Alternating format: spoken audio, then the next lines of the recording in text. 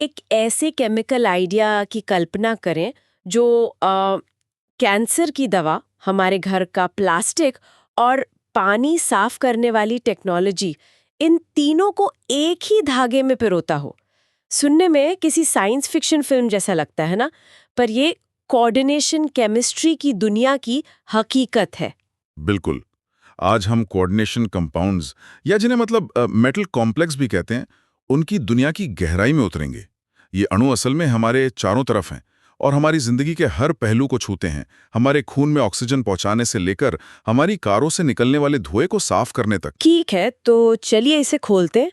हमारे पास जो स्रोत है वो इन कमाल के कंपाउंड्स के अलग-अलग इस्तेमाल पर रोशनी डालते हैं, लेकिन सिर्फ ये बताने के बजाय कि ये क्या-क्या करते हैं, आज हमारी पड़ताल का मकसद कुछ और है। हम ये समझना चाहते हैं कि एक ही मूल आइडिया, मतलब एक धातु के एटम को सही मॉलिक्यूलर साथियों से घेर लेना, कैसे हमें इतने अलग-अलग नतीजे दे सकता है। यही तो सबसे दिलचस्प बात है। इसे आप मॉलिक्यूलर डिजाइन या ट्यूनेबिलिटी का खेल कह सकते हैं। जैसे लेगो ब्लॉक से आप घर भी बना सकते हैं और गाड़ी भी, वैसे ही केमिस्ट एक ही मेटल के चारों ओर अलग अलग मॉलिक्यूल, जिन्हें हम लिगैंड्स कहते हैं, लगाकर उसके गुण पूरी तरह बदल देते हैं। आज हम देखेंगे कि ये ट्यूनेबिलिटी असल में काम कैसे करती है, 3 हिस्सों में। हम्म। पहले सेहत और दवाइयों की दुनिया में, फिर हमारी इंडस्ट्री और फैक्ट्रियों में, और आखिर में पर्यावरण को बचाने में। बहुत बढ़िया। तो चलिए सबसे पहले वहां से शुरू करते हैं जहां इसका असर सबसे ज्यादा पर्सनल है, हमारे शरीर के अंदर। जब हम दवाइयों के बारे में सोचते हैं तो दिमाग में कार्बन से बनी चीजें आती हैं, लेकिन यहाँ तो धातुएं हीरो बनकर उभर रही हैं, खासकर कैंसर के इलाज में। ये सच है। इसकी सबसे मशहूर कहानी 1960 के दशक में सिसप्लैटिन नाम के एक कंपाउंड की अचानक हुई खोज से शुरू होती है। ये प्लैटिनम का एक कॉम्प्लेक्स है हम्म। और इसने कुछ तरह के कैंसर के इलाज में क्रांति ला दी। एक मिनट, प्लैटिनम, ये तो गहनों में इस्तेमाल होता है। ये कैंसर सेल को कैसे रोक सकता, मतलब ये काम कैसे करता है? इसका तरीका बहुत दिलचस्प है। सिसप्लैटिन कैंसर सेल के, कह सकते हैं, कंट्रोल रूम, यानी उसके डीएनए में घुस जाता है। ओके। इसे ऐसे समझिए कि डीएनए एक जिप की तरह है जो कोशिका के बंटवारे के समय खुलती और बंद होती हैं। सिसप्लैटिन इस जिप के 2 दांतों को एक साथ कसकर पकड़ लेता है। अच्छा। ये एक तरह का आणविक क्लैंप है जो जिप को जाम कर देता है। अरे वाह। तो अगर जिप जाम हो गई तो कोशिका अपनी कॉपी नहीं बना पाएगी और बंटवारा रुक जाएगा। बिल्कुल सही। बंटवारा रुक जाएगा, कोशिका बंटवारा नहीं कर पाती और आखिरकार वो खत्म हो जाती है। सिसप्लैटिन की इसी कामयाबी को देखकर बाद में कार्बोप्लैटिन और ऑक्सैलिप्लैटिन जैसी और भी असरदार और कम साइड इफेक्ट्स वाली दवाइयां बनाई गई। तो ये सिर्फ प्लैटिनम का ही खेल नहीं है। स्रोत बताते हैं कि अब तो केमिस्ट गैलियम, टिन, टाइटेनियम, सोना, तांबा, लगता है पूरी पीरियोडिक टेबल को ही खंगाल रहे हैं कैंसर का इलाज ढूंढने के लिए। हाँ, और अब रणनीति भी बदल रही है। अब सिर्फ डीएनए पर हमला करना ही एकमात्र तरीका नहीं है। कुछ नए मेटल कॉम्प्लेक्सेस, खासकर तांबे और सोने के, कैंसर सेल के कचरा निपटान सिस्टम पर निशाना साधते हैं। हर कोशिका में एक सिस्टम होता है जो खराब या फालतू प्रोटीन को खत्म करता है। मतलब कोशिका का अपना रिसाइकलिंग प्लांट। ठीक वैसे ही डाइसल्फिरम नाम का एक मॉलिक्यूल जब तांबे के साथ जुड़ता है तो वो इस रिसाइकलिंग प्लांट को बंद कर देता है। अच्छा। नतीजा, कैंसर कोशिका के अंदर जहरीला कचरा जमा होने लगता है और वो अपने ही कचरा के बोझ तले दबकर मर जाती है। ये तो बहुत ही चालाकी भरा तरीका है। लेकिन क्या ये सिर्फ कैंसर जैसी बड़ी बीमारियों तक ही सीमित है? स्रोत में गठिया और सूजन जैसी समस्याओं का भी जिक्र है। हाँ, इसका दायरा बहुत बड़ा है। तांबे के कुछ कॉम्प्लेक्स बहुत शक्तिशाली एंटी इन्फ्लेमेटरी, यानी सूजन कम करने वाले एजेंट साबित हुए हैं। इसी तरह कोबाल्ट, निकल और जिंक के कॉम्प्लेक्स अक्सर बैक्टीरिया और फंगस को मारने में अकेले लिगैंड मॉलिक्यूल से कहीं ज्यादा असरदार होते हैं। लेकिन ऐसा क्यों? एक धातु का एटम जुड़ जाने से ऐसा क्या जादू हो जाता है कि वो बेहतर एंटीबैक्टीरियल बन जाता है? इसका जवाब छिपा है लिपोफिलिसिटी में। लिपोफिलिसिटी? हाँ, इसे ऐसे समझिए कि बैक्टीरिया की कोशिका एक तैलीय, मतलब ऑयली किले की तरह है। अकेली दवा उस दीवार को पार नहीं कर पाती, लेकिन जब हम उसे धातु के साथ जोड़ते हैं तो पूरा कॉम्प्लेक्स भी ज्यादा ऑयली हो जाता है। अच्छा। ये एक तरह का ट्रोजन हॉर्स बन जाता है जो आसानी से उस तैलीय किले के अंदर घुस जाता है और अपना काम करता है। इलाज से हटकर ये कंपाउंड्स हमें शरीर के अंदर झांकने में भी मदद करते हैं, जैसे एमआरआई स्कैन में जिन लोगों का एमआरआई हुआ है उन्हें अक्सर एक कॉन्ट्रास्ट एजेंट का इंजेक्शन दिया जाता है। और वो कॉन्ट्रास्ट एजेंट अक्सर गैडोलिनियम का कॉम्प्लेक्स होता है। अब यहाँ एक दिलचस्प बात है, अकेला गैडोलिनियम आयन हमारे लिए काफी जहरीला हो सकता है। रुकिए, क्या कहा? जहरीला? तो हम उसे सीधे अपनी नसों में क्यों डाल रहे हैं? ये तो थोड़ा डरावना लगता है। यही तो कोऑर्डिनेशन केमिस्ट्री का कमाल है।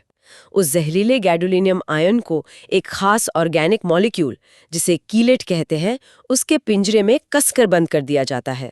ये पिंजरा उसे शरीर में कहीं और रिएक्ट करने से रोकता है और सिर्फ अपना काम करने देता है, यानी पानी के मॉलिक्यूल्स के साथ इंटरैक्ट करके एमआरआई इमेज में स्वस्थ और बीमार टिश्यू के बीच का फर्क साफ दिखाना। सही है। ये ट्यूनेबिलिटी का एक बेहतरीन उदाहरण है, एक जहरीली चीज को एक जीवन रक्षक टूल में बदलना। और एक तकनीक का जिक्र है, फोटोडायनामिक थेरेपी। ये तो बिल्कुल ही भविष्य की तकनीक लगती है। इसमें पोरफायरिन जैसे कॉम्प्लेक्स इस्तेमाल होते हैं जो प्रकाश को सोख सकते हैं। इन्हें शरीर में इंजेक्ट किया जाता है और ये ट्यूमर कोशिकाओं में जमा हो जाते हैं। फिर लेजर की एक खास रोशनी उस हिस्से पर डाली जाती है। ओके। रोशनी पड़ते ही ये कॉम्प्लेक्स अपनी ऊर्जा ऑक्सीजन को दे देते हैं, जिससे रिएक्टिव ऑक्सीजन स्पीशीज यानी ROS नाम के बेहद जहरीले अणु बनते हैं। और ये ROS फिर? ये सिर्फ और सिर्फ कैंसर कोशिकाओं को नष्ट कर देते हैं और आसपास के स्वस्थ टिश्यू को कोई नुकसान नहीं होता। ये सब सुनकर ऐसा लगता है कि हम प्रकृति से ही प्रेरणा ले रहे हैं। ये कॉम्प्लेक्स सिर्फ लैब में नहीं बनते, ये तो जीवन का आधार है। निश्चित रूप से। हमारे शरीर के लगभग 30 से 40% प्रोटीन अपना काम करने के लिए धातु के आयनों पर निर्भर करते हैं। इसके दो सबसे बड़े उदाहरण हैं। हीमोग्लोबिन, हमारे खून में मौजूद आयरन का कॉम्प्लेक्स जो फेफड़ों से ऑक्सीजन उठाकर पूरे शरीर में पहुंचाता है। और दूसरा है क्लोरोफिल, पौधों में मौजूद मैग्नीशियम का कॉम्प्लेक्स जो सूरज की रोशनी को खाने में बदलता है।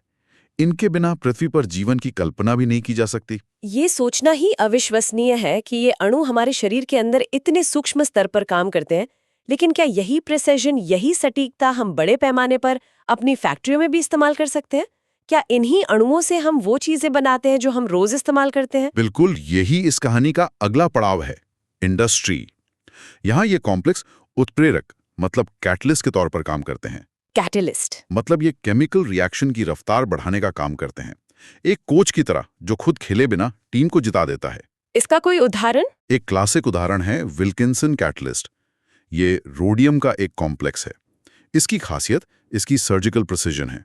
ये किसी बड़े मॉलिक्यूल में सिर्फ एक खास तरह के डबल बॉन्ड पर ही हाइड्रोजन जोड़ता है और बाकी सबको वैसे का वैसा छोड़ देता है। मतलब ये एक आणविक स्कैल्पल की तरह है। बिल्कुल। ये तो बहुत स्पेसिफिक काम हुआ। लेकिन बड़े पैमाने पर उत्पादन, जैसे हमारी रोजमर्रा की चीजों में इनकी क्या भूमिका है? यहाँ ज़िग्लर-नाटा कैटलिस्ट का जिक्र करना जरूरी है, जो टाइटेनियम का एक कॉम्प्लेक्स है। अच्छा। इसे खोज ने हमारी दुनिया को हमेशा के लिए बदल दिया। कैसे? ये क्या करता है? यह पॉलीथीन और पॉलीप्रोपाइलीन बनाने की प्रक्रिया को बेहद आसान और सस्ता बना देता है। एक मिनट, पॉलीथीन और पॉलीप्रोपाइलीन मतलब हमारे प्लास्टिक के डब्बे, पानी की बोतलें, बच्चों के खिलौने, कार के बम्पर और शायद जिस कुर्सी पर मैं बैठी हूँ उसका अस्तित्व भी इन दो केमिस्ट और उनके टाइटेनियम कॉम्प्लेक्स पर निर्भर करता है।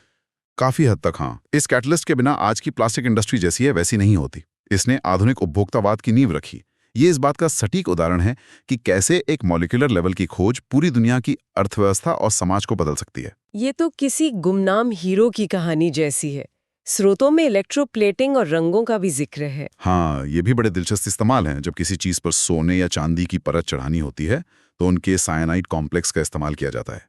ये कॉम्प्लेक्स घोर में धातु के आयनों को धीरे धीरे और एक समान रूप से छोड़ते हैं, जिससे एकदम चिकनी और चमकदार परत चढ़ती है।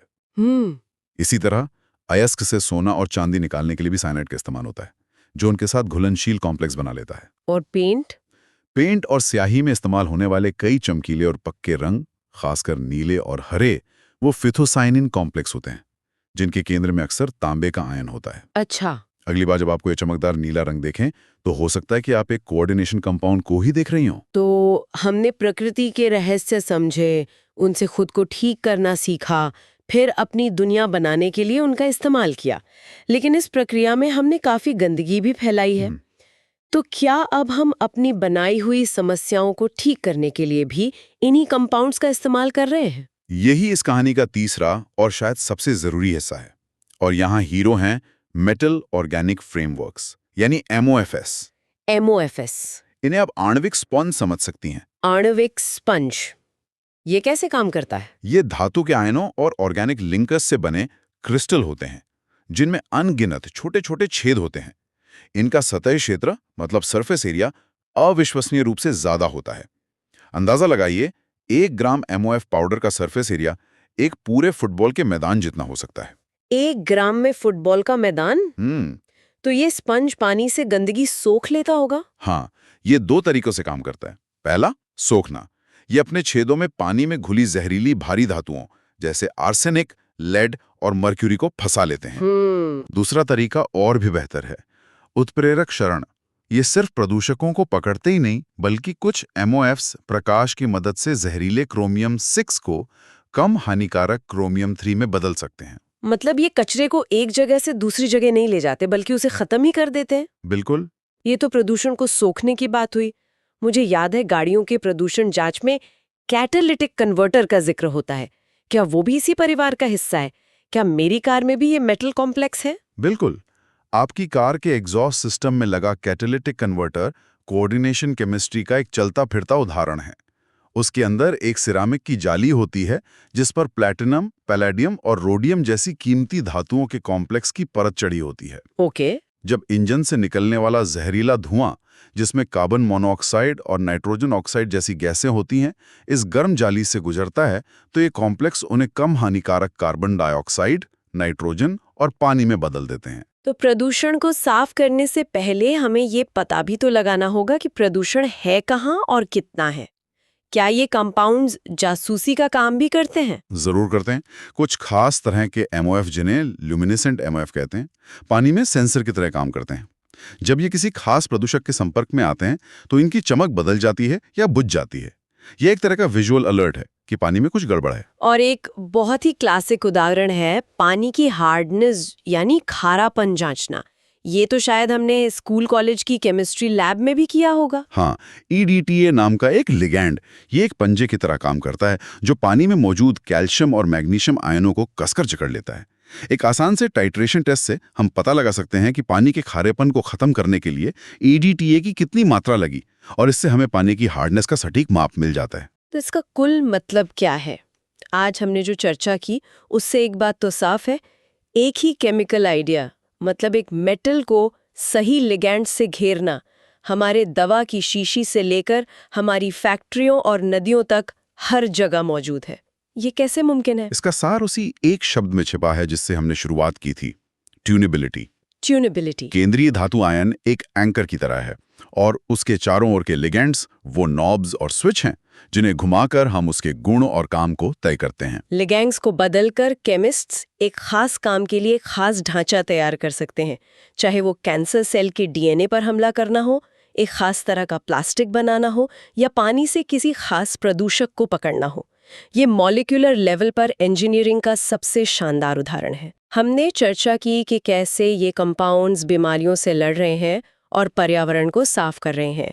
ये सब बहुत उम्मीद जगाता है, लेकिन यहाँ मेरे मन में एक सवाल उठता है, जैसे जैसे हम और ज्यादा जटिल और असरदार मेटल कॉम्प्लेक्स बना रहे हैं, क्या हमें उनके लंबे समय के असर के बारे में भी सोचना चाहिए? जब ये इतने प्रिसिजन से डिजाइन किए गए अणु पर्यावरण में पहुंचकर टूटते हैं तो क्या होता है? क्या हम अनजाने में कोई नई चुनौती तो नहीं खड़ी कर रहे? ये सोचने के लिए एक जरूरी सवाल है।